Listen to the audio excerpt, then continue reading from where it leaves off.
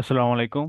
এই ভিডিওতে আমি আপনাদের আপনাদের নিজেদের ডেটা ব্যাকআপ সম্পর্কে আইডিয়া দিব। আপনারা এই সাইড বারে একটা অপশন দেখতে পারবেন, ডেটা ব্যাকআপ, ঠিক আছে? তো এখানে যদি আসেন তাহলে আপনি আপনার যে স্টুডেন্টের লিস্ট, কতজন স্টুডেন্ট, কতগুলো ফি দেখেন। গত 3 মাসের ডেটা চাইলে গত 3 মাস, গত 6 মাস চাইলে 6 মাস। মানে আপনার যত দিনের ডাটা থাকবে, আপনি যদি মনে করেন যে সফটওয়্যারে থাকতেছে সবকিছু, কন্ট্রোল তো আমার হাতে থাকতেছে না। তো যদি সফটওয়্যারে কিছু হয় বা সফটওয়্যার মানে বন্ধ হয়ে যায়, আমি কি করব?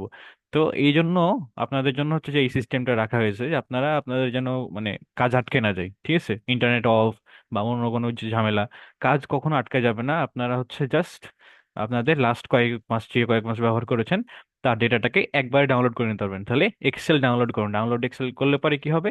4টা শিট থাকবে। একটাতে স্টুডেন্টের লিস্ট থাকবে, সকল ইনফরমেশন। একটাতে থাকবে উপস্থিতির রেট, মানে উপস্থিতির ইনফরমেশন, কবে কে আসছে কে আসে নাই। আর একটা হচ্ছে ফি। মোস্ট ইম্পর্টেন্ট এটা, কারণ যাদের টাকা আপনি নিয়ে রেখেছেন তারা দেখা গেলো যে তাদের রেকর্ডটা আপনার লাগবেই লাগবে, তাই না?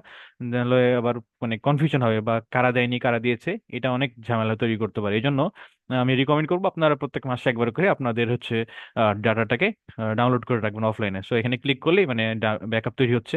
আমাদের ডাটাবেস থেকে সবকিছু কালেক্ট করে আপনার জন্য যেসব ইনফরমেশন, এগুলো আপনাকে এখানে পৌঁছে দেওয়া হবে।